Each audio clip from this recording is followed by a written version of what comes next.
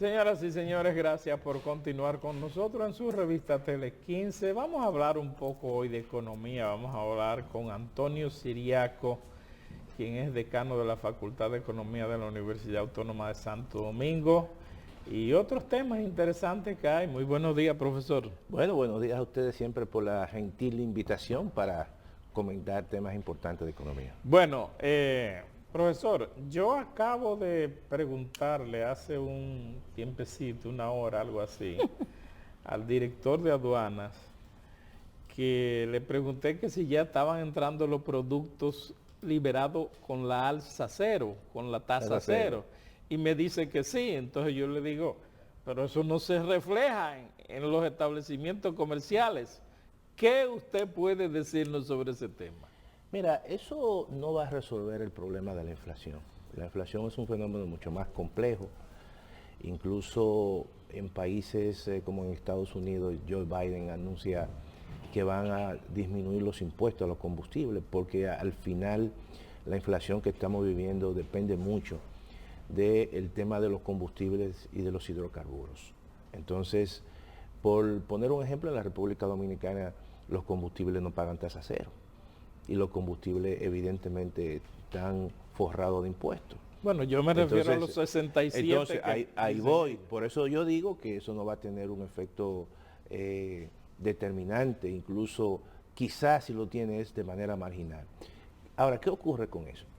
Mira, aquí generalmente los países donde la República Dominicana tiene un peso importante de importación, tiene un acuerdo de libre comercio, que es Estados Unidos y los países de Centroamérica. Y de esos 67 productos, básicamente, todos, si vienen de Estados Unidos, ya tienen tasa cero. Por ejemplo, no sé, el caso del pollo. O sea, el pollo es un producto que la tasa es mínima. Ahora, ¿qué ocurre? Generalmente, si es el pollo que viene, por poner un ejemplo de Brasil, claramente que si ese pollo no está en el DERECAFTA. No está en el DERECAFTA. Entonces tiene que entrar con una tasa cero.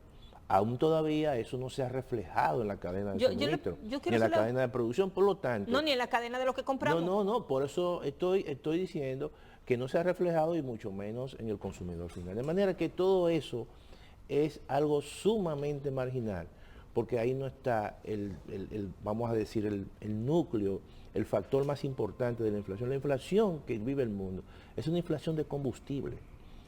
O sea, tú vas a Europa y ahora mismo, y producto de la situación que hay con el gas natural, y producto de la situación que hay con los combustibles, la tarifa eléctrica se ha disparado. Pero profesor, hay una cosa ahí bien clara y bastante clara. Si hay suficientes importadores para importar 67 productos libres de arancel, se supone que esos importadores no lo hacen para que la gente reciba productos a bajos precios, sino para obtener grandes ganancias. Entonces, yo no he visto todavía un agricultor importando. No, mira, tradicionalmente aquí, cuando habían 5 o 4 productos que son básicamente políticos, la habichuela, el arroz, las cebolla, el ajo. Entonces, ¿qué ocurría anteriormente? Que cuando había una escasez, el ministro de Agricultura juntaba productores y juntaba importadores, y entonces se ponían de acuerdo. Y le daban una cuota de importación a los mismos productores, pero evidentemente que eso no está ocurriendo ahora. Ahora es un grupo de importadores, hay una concentración de esas empresas que están importando y evidentemente uno no sabe, que no hay garantía.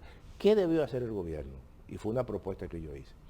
Que un componente importante de esas importaciones lo realizara el INESPRE, porque el INESPRE es el Estado. Entonces, eso sí te iba a dar garantía para que, claro, siempre lo dije, señores, en momentos así coyunturales, tú no puedes darle todo el grueso de importación, no sé, a los supermercados, porque no hay ninguna garantía. Tú lo que le estás incrementando el margen de beneficio. Ahora, si tú como Estado, que tiene una institución que tú la has reactivado, que está incluso con programas de ventas populares, como se hacía antes, entonces tú dices, bueno, a INESPRE le vamos a dar una cuota de importación. Y eso es lo que va a presionar a que esos productos que lo trae un importador y que se queden con precios altos, cuando tú incorpores en el mercado el producto que trae el Estado Dominicano, vis a vis, entonces los precios tienen que bajar. Y por eso es que no ha tenido el efecto que esperado en ese tipo de Sin embargo, medidas. no teniendo este efecto y viéndolo desde el punto de vista de las amas de casa, que somos las que vamos al supermercado y vamos al mercado y nos damos cuenta que todos los días todo está más caro, ¿qué va a hacer el gobierno ante esta situación o qué debe hacer? Porque el gobierno está en una encrucijada ahora mismo. Hizo esa libertad para esos alimentos, sin embargo, no tiene el mercado el reflejo que se esperaba. Por lo que te estaba diciendo prácticamente en estos momentos, porque las medidas que se tomaron se han concentrado básicamente en actores privados. Pero debe hacer algo. Entonces el Estado tiene que asumir su responsabilidad en esta coyuntura. No es que el Estado se convierta en un importador, es que en coyunturas así el papel del Estado tiene que jugar un papel de equilibrio. Pero también eso pasa con los combustibles. Los combustibles es un mercado, quizás el mercado más grande que hay en la República Dominicana y está concentrado por un grupo de importadores.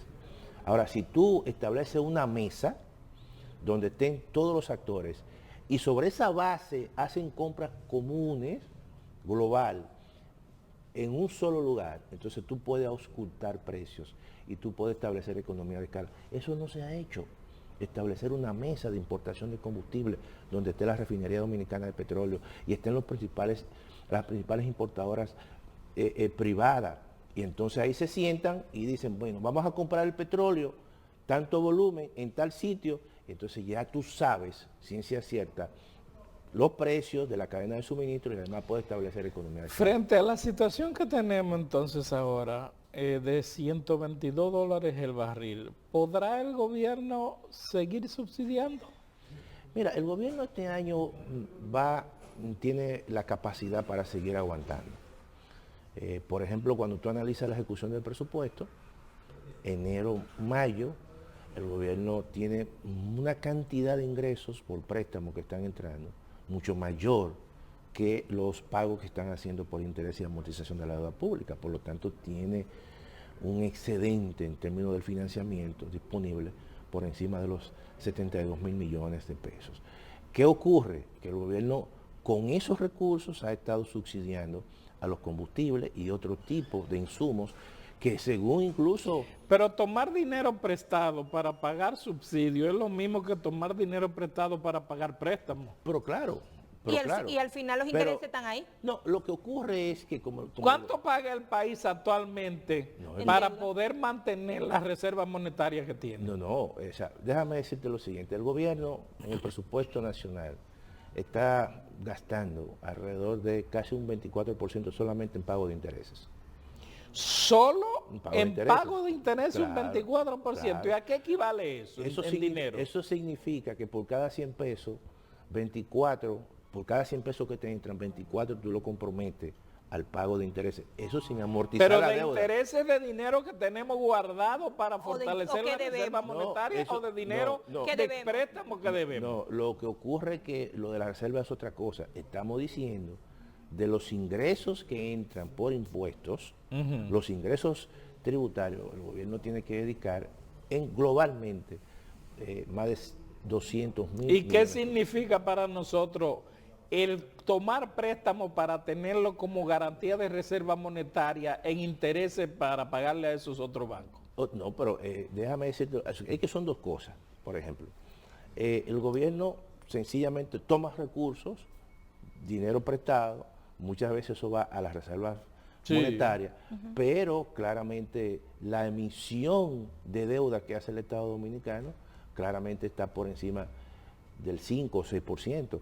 Si tú ahora mismo, el gobierno que va a hacer un presupuesto complementario y va a tener que emitir nueva deuda, lo va a hacer obviamente a una tasa mucho mayor, porque en la medida que se incrementen las tasas de política monetaria y se incrementen las tasas de interés en el mundo y también en la República Dominicana, cualquier emisión, ya que claro, 6.5. Y la aumentaron en Estados Unidos. 6.5. Eso significa que el coste de la deuda pública se va a incrementar.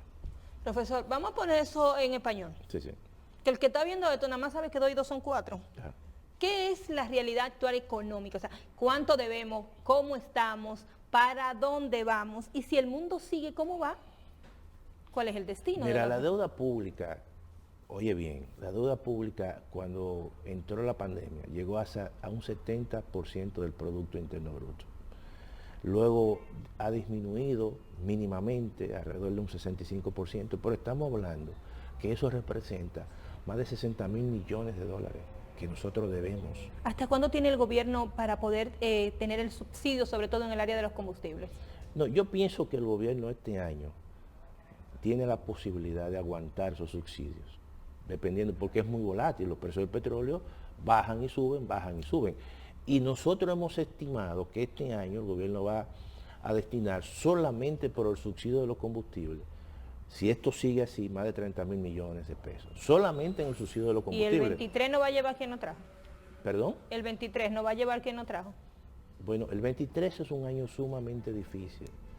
El presupuesto del año 2023 va a ser un presupuesto, si esto termina así, muy restrictivo. Profesor. El dolor de cabeza del gobierno no es cómo termina este año, es ¿Cómo? el próximo año. ¿Tú sabes por qué?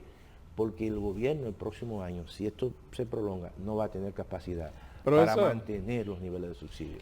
Hace varias semanas el Banco Central publicó un informe en donde decía que la agropecuaria en República Dominicana había crecido apenas un 2%. Si separamos eso, diríamos agricultura 1 y pecuaria 1.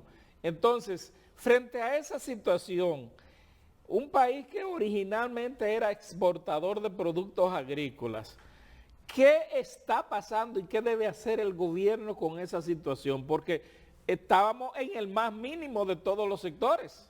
Mira, el sector agrícola es un sector muy volátil, con muchos riesgos. El sector agrícola ha sido uno de los sectores que más ha sido afectado. Muy volátil, con muchos riesgos, pero sin ese no podemos comer. No, pero por eso digo y fue nuestra salvación en la pandemia. Pero hay que seguirlo apoyando. Pero déjenme desarrollar la idea. Ha sido quizás el sector dentro del grupo más afectado en el sentido de que la guerra de Ucrania le ha impactado en los costos de producción. Tú producir ahora mismo cualquier producto agropecuario es altamente costoso por el tema de los fertilizantes, por el tema de la materia prima. Por ejemplo, el caso del pollo.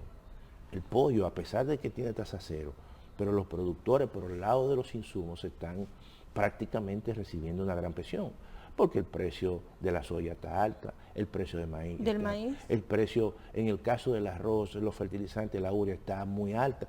Todo eso tiene un impacto. Si tú eres productor, yo soy productor, ¿qué tú vas a hacer cuando tú constantemente los costos de producción se incrementan? Tú disminuyes la producción. Tú dices, yo no puedo seguir produciendo porque tampoco se está vendiendo, porque la economía se ha restringido, el crecimiento de la economía se ha achicado. Los préstamos para producir, para tú poner a producir una tarea, son altos porque las tasas de interés se han incrementado. Todo eso hace que la producción agrícola, su capacidad disminuya, y eso es lo que dice el Banco Central. Y si esto sigue así, si esta guerra se prolonga, evidentemente que eso va a seguir teniendo un impacto muy grande, a pesar de que la economía dominicana y nuestra agricultura al día de hoy te suple el 80-85% de la demanda de alimentos, pero no es fácil. Por eso es que el sector agropecuario hay que darle todas las posibilidades y las facilidades posibles. Pero si tenemos una numeración de un 2% de crecimiento, entonces debería tener el gobierno a través del Ministerio de Agricultura una propuesta. ¿Por qué? La pandemia nos sorprendió y nos sirvió de ejemplo de que teníamos de todo para comer. Hasta ahora lo que se ha presentado es un programa, que eso lo vi por la prensa, se llama el Plan Siembra, algo así. Siembra RD. Siembra RD, ¿verdad? Que implica un conjunto de ayudas. Un pueblo con hambre es capaz de cualquier cosa. Pero aún así, la situación internacional y el entorno internacional presiona, aún con esos programas. Es un tema altamente difícil. En Estados Unidos, por ejemplo, que es la referencia de nosotros, bueno, hay una situación grave con respecto a la inflación de alimentos. Incluso eso le va a costar posiblemente al Partido Demócrata el Congreso. Y eso tiene una repercusión social y política. Esa es la realidad. Lo mismo está ocurriendo en España. Posiblemente el gobierno del PSOE prácticamente sea su último periodo. Profesor, por lo que usted dice, una última pregunta que se nos acaba el tiempo. ¿Seguirán subiendo los precios de los artículos de la canasta básica? Yo creo que sí. El Banco Central ha hecho en su último informe dice que ha cedido, pero nosotros y todos sabemos que la inflación de hoy es una inflación que depende mucho del precio de los combustibles y del precio de los commodities. Ya la FAO ha hecho un señalamiento de que en algunas zonas del mundo puede haber una inseguridad alimentaria. ¿Qué significa eso? Quizás no para la República Dominicana. Es que muchas cosechas de importantes commodities se han retrasado, se han perdido, no pueden salir de los puertos por problemas de guerra. Y eso obviamente que atasca la cadena de suministro. Y hay escasez de muchos productos. Tú vas a los supermercados en la República Dominicana y tú encuentras algunas estanterías vacías. Góndolas vacías. Profesor Antonio Siriaco, muchísimas gracias por hablar con nosotros. A ustedes, siempre. Muy amable. Cuenten conmigo siempre. Gracias. Señoras y señores, gracias a ustedes. Nos vemos mañana.